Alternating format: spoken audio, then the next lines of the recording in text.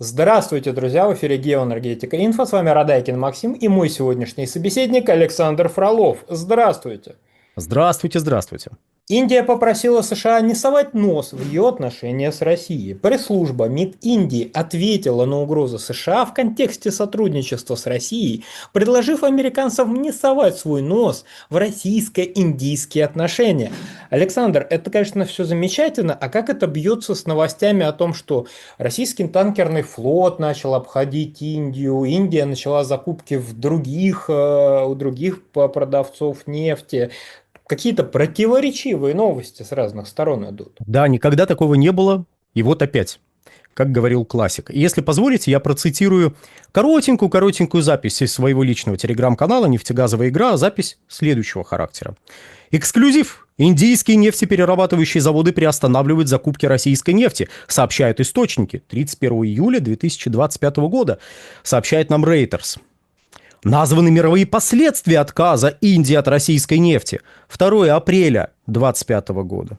Китай и Индия приостановили закупки российской нефти на март 28 января 2025 года. Индийские покупатели нефти делают все возможное, чтобы заменить российские поставки.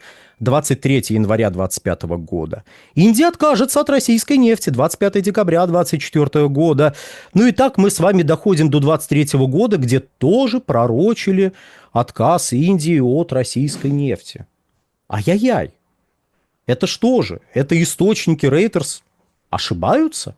Или кто-то эти источники выдумывает? Я просто отвергаю такое мнение. Более того, сама новость Reuters наводит на мысль, что в агентстве понимали всю зыбкость вот этой вот новости, ну а заголовок, который все понесли, то есть, что отказываются, он был сделан для привлечения внимания. В этом плане заголовок шикарный. Все обратили внимание, мы обратили внимание, и вот мы теперь записываем ролик по этому поводу. В тексте новости была гораздо более мягкая формулировка, касавшаяся того, что 4 государственные компании или компании с государственным участием прекратили закупать российскую нефть уже неделю, как или более. Это, собственно говоря, вот сначала подавалась информация таким образом. А в теле новости там более мягкая формулировка. Не проявляли интерес. Ну так, если перевести, то там будет «не проявляли интерес к российской нефти неделю или более».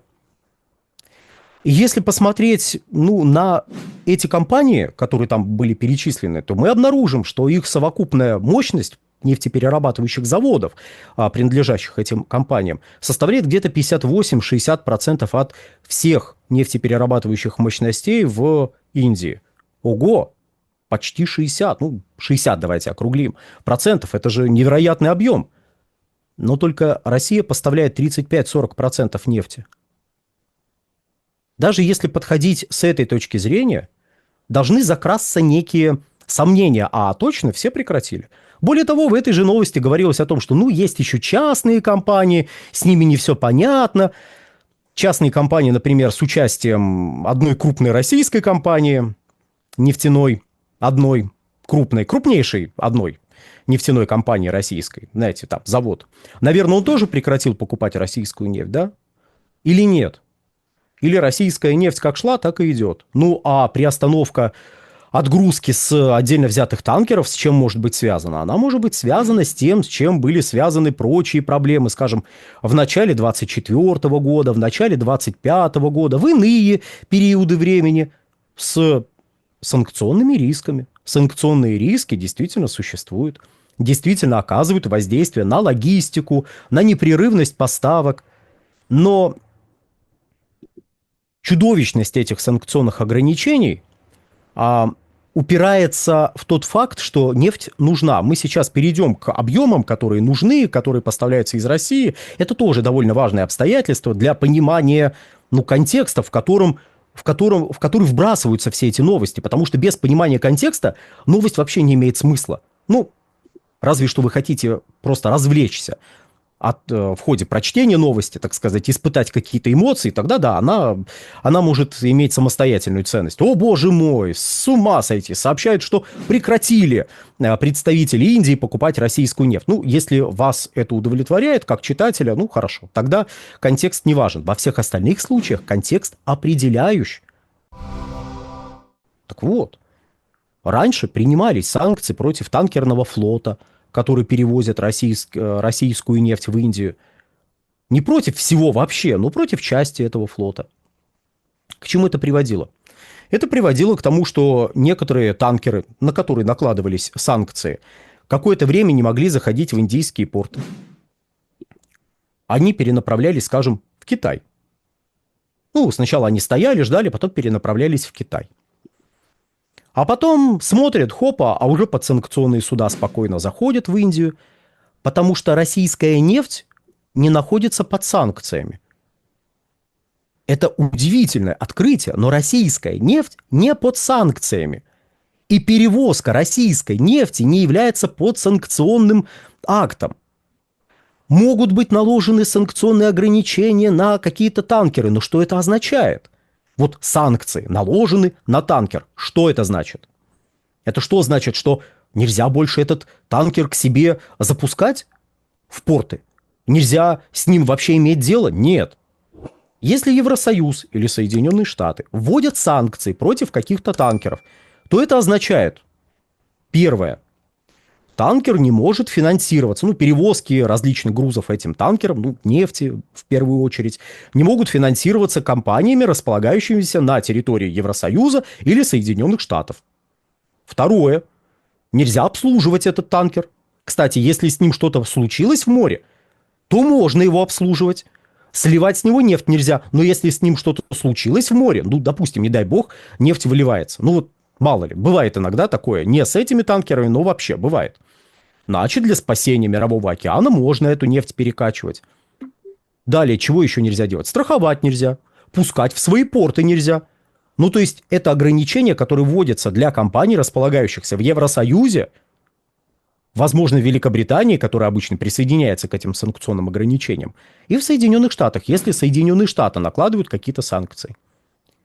Это не означает, вот эти санкции не означают, что вы, как покупатель нефти, не имеете права к себе запускать это судно. И когда это обстоятельство выясняется, то все, танкер опять к вам приходит. Можно напеть знаменитую песенку, точнее переделку. Танкер к вам приходит, танкер к вам приходит. Вот.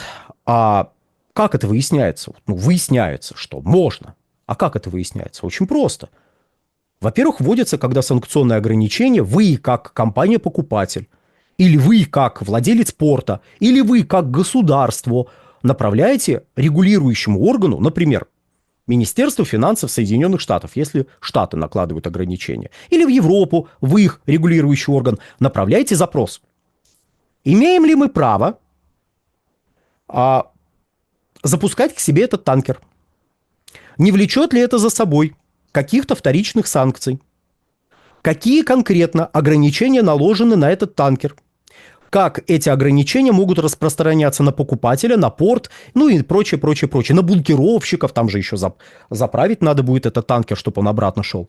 Ну вот на вот это все. Вы отправляете запрос, какое-то время этот запрос на той стороне обрабатывается, вам приходит ответ. Вы ответ читаете и говорите, иди сюда. Ну а пока вы составляете вопросы, вы их отправляете, пока ждете ответ, пока получаете ответ, пока читаете ответ, танкер ждет разгрузку. Кстати, с этим может быть связано подорожание доставки. Тут вот новости пошли, что, ого, знаете, доставка подорожала. Из чего доставка складывается? Стоимость суток и количество суток, если так упростить. Если у вас количество суток неожиданно увеличивается, ну потому что вам еще недельку постоять надо, подождать, пока там разберутся, ну да, вы заплатите больше. Но там насколько больше? Платили $6, стали платить $6 80 центов на баррель. Ну, конечно, неприятно, но, знаете, не чудовищная величина. Нет, еще раз, неприятно. А учитывая количество баррелей, потери на всем грузе будут довольно значительные. Но, тем не менее, это не какой-то шокирующий объем денег, который все делают нерентабельной поставку в Индию. То есть вот так. То, что танкеры могут стоять какое-то время, то, что часть танкеров может вообще перестать использоваться для доставки нефти, и тогда надо искать новые танкеры, это тоже может накладываться и усложнять логистику на 2-3 месяца, как это обычно происходит при крупных санкционных пакетах, которые принимаются против флота, перевозящего российскую нефть. Так вот, это вот эти все обстоятельства. И как раз приводят к тому, что какие-то танкеры стоят, ждут, то есть не отгружают с них нефть. Какие-то танкеры, да, вот не используются, а значит, пока вы ищете новый танкер, количество танкеров с вашей нефтью, которая отправляется вот этому покупателю, может сократиться. Видели мы такое? Да, мы такое видели. И это приводило к появлению новостей, с которых я начал это видео. Теперь про количество нефти. Контекст дополняем. За первое полугодие примерно из России в Индию в среднем шло 1,67 миллиона баррелей в сутки. В июле этот показатель приблизился, средний показатель, приблизился к 1,8 миллиона баррелей в сутки. В отдельные сутки он превышал 2 миллиона баррелей. Для понимания масштабов. На втором и третьем месте среди поставщиков нефти в Индию Саудовская Аравия и Ирак. Вместе они в июле поставляли нефти меньше, чем Россия. Вместе они вдвоем меньше, чем одна Россия. Внимание, вопрос. В условиях отсутствия избытка предложения, в условиях, когда низкие цены давят на объем добычи у некоторых крупных добытчиков, например, у Соединенных Штатов, можно ли предположить, что вы можете по щелчку пальцев, хотя может и пальца, смотря на что мы в данном случае намекаем, можете ли вы оперативно заместить такой объем нефти, при том, что у вас суточное потребление порядка 5,5 миллионов баррелей? Импортируете вы от 4,5 где-то до 4,8 миллиона баррелей, ориентировочно. И вот от этого поставщика к вам идут 1,8 миллиона.